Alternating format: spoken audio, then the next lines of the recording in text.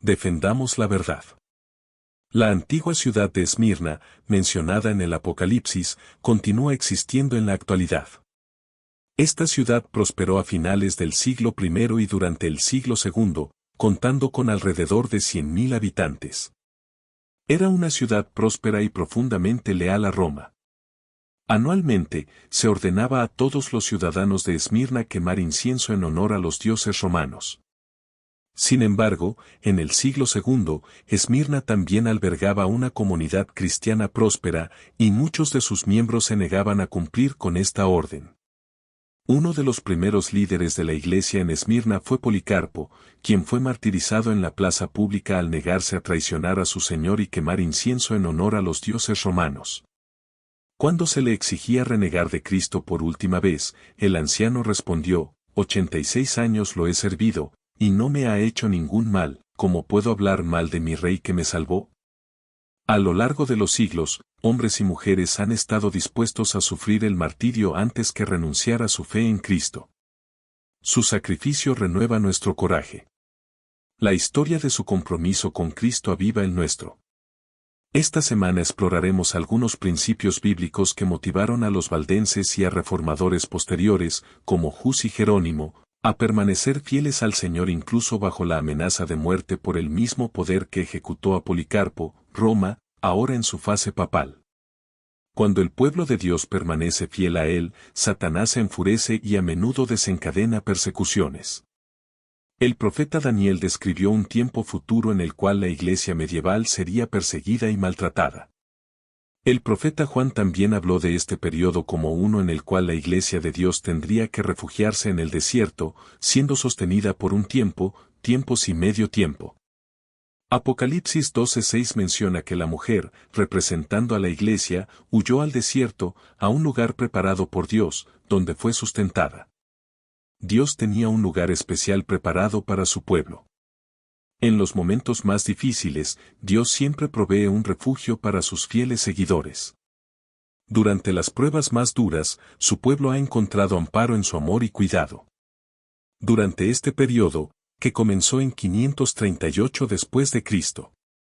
Cuando los ostrogodos fueron expulsados de Roma, hubo una oscuridad espiritual que duró hasta 1798, cuando el general Berthier, de Napoleón, expulsó al Papa de Roma.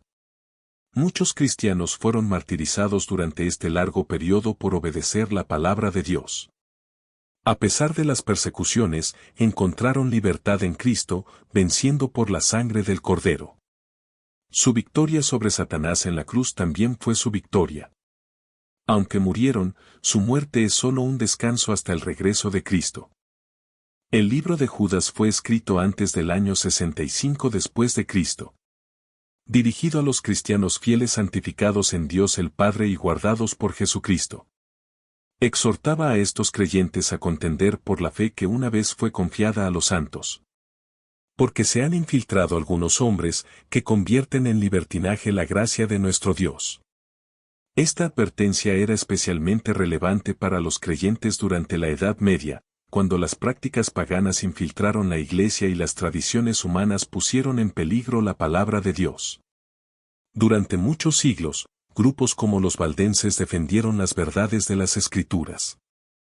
Creían en Cristo como único mediador y consideraban la Biblia como su única fuente de autoridad.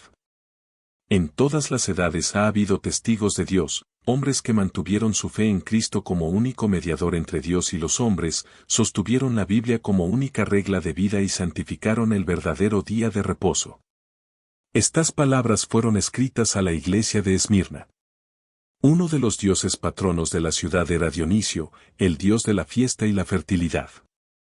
Cuando morían los sacerdotes de Dionisio, se les colocaba una corona sobre la cabeza en el cortejo fúnebre. Juan contrasta esta corona terrenal que se ponía al morir con la corona de la vida que se otorga a aquellos que vencen las fuerzas del mal. La corona de la vida se entrega a quienes soportan pruebas, dificultades, sufrimientos e incluso la muerte por amor a Cristo. La corona de la vida inspira a estos fieles creyentes y siempre motiva a los creyentes en circunstancias difíciles. Inspiró a los valdenses en medio del dolor y la persecución, pues sabían que un día verían a Jesús y vivirían con Él para siempre. La corona de la vida también nos habla a nosotros, aunque atravesemos pruebas ahora, podemos esperar la corona de la vida si mantenemos nuestros ojos puestos en Jesús. Una de las características únicas de los valdenses, así como de cada reformador, fue su absoluta fidelidad a Dios, su obediencia a la autoridad de las Escrituras y su compromiso con la supremacía de Cristo por encima del papado. Su mente estaba impregnada de historias de fe y valentía del Nuevo Testamento. Al igual que Pedro y los apóstoles, podían afirmar, es necesario obedecer a Dios antes que a los hombres. Comprendieron el consejo de Pablo, por lo demás, hermanos míos, fortalezcanse en el Señor y en el poder de su fuerza. Tomaron muy en serio la advertencia de Jesús, retén lo que tienes, para que nadie tome tu corona. En lugar de someterse a las tradiciones de la Iglesia romana, estos hombres y mujeres de fe tuvieron el valor de defender las verdades de la palabra de Dios. Los valdenses fueron pioneros en tener la Biblia en su propio idioma. Jan Leger, un copista valdense de la Biblia, relató con emoción su labor de copiar manualmente las Escrituras, incluyendo dibujos. Los valdenses copiaban secretamente las Escrituras en sus comunidades en las montañas del norte de Italia y el sur de Francia. Los padres enseñaban a sus hijos desde temprana edad, quienes memorizaban grandes porciones de las Escrituras. Equipos de copistas bíblicos trabajaban juntos para copiar laboriosamente la Biblia. Muchos de estos jóvenes valdenses viajaban por toda Europa como mercaderes, compartiendo discretamente las verdades de las Escrituras. Algunos se inscribían en universidades y, cuando surgía la oportunidad, compartían fragmentos de las Escrituras con sus compañeros de estudio.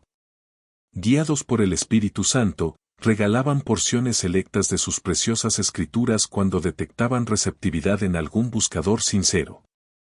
Muchos pagaron con su vida su fidelidad y devoción.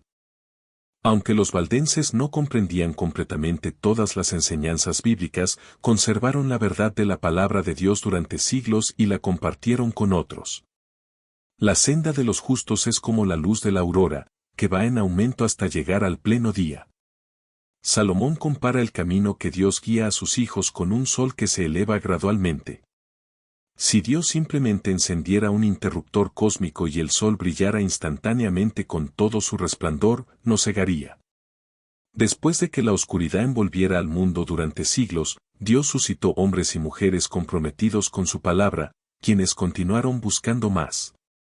Cada uno de los reformadores encontraba gozo en la palabra de Dios. Se alegraban en hacer la voluntad de Dios y amaban su ley. Una de las verdades más significativas de la Reforma fue el placer que encontraban en el estudio de las Escrituras. Estudiar la Biblia no era una tarea tediosa ni legalista, no era una obligación rígida, sino un deleite. Mientras profundizaban en las Escrituras, eran transformados por el poder del Espíritu Santo. El carácter de Wycliffe es un testimonio del poder educativo y transformador de las Santas Escrituras. Debió todo lo que fue a la Biblia. El esfuerzo por comprender las grandes verdades de la revelación da frescura y vigor a todas las facultades.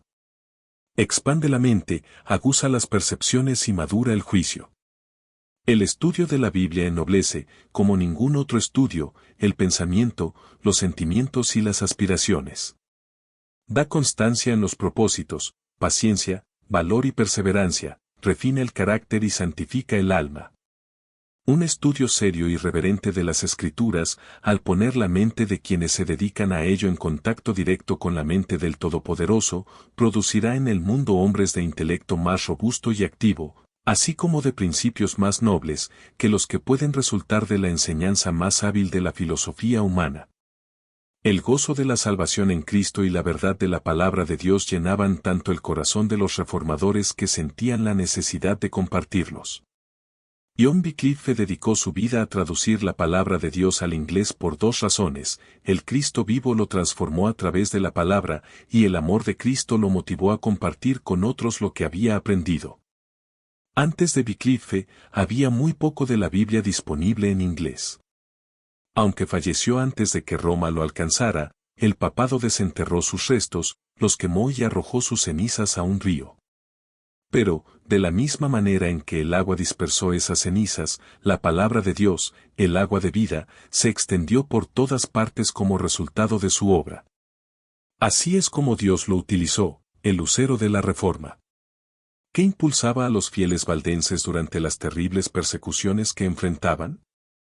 ¿Qué les dio valor a Hus, Jerónimo, Tíndale, Latimer y a los mártires de la Edad Media para enfrentar el fuego y la espada?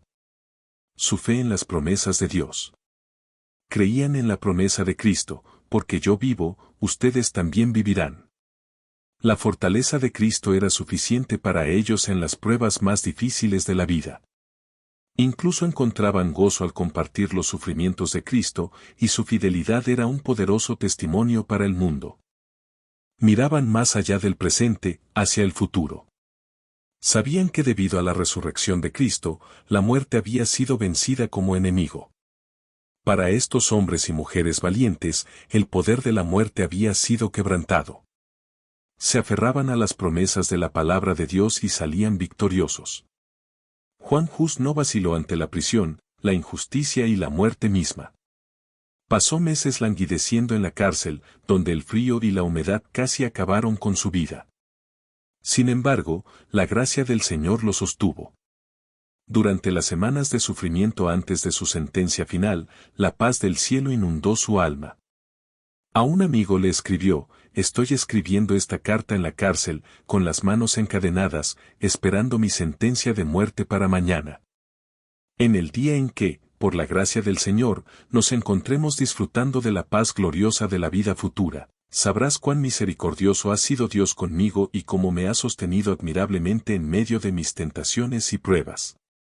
En la oscuridad de su celda, Hus vislumbraba el triunfo de la verdadera fe.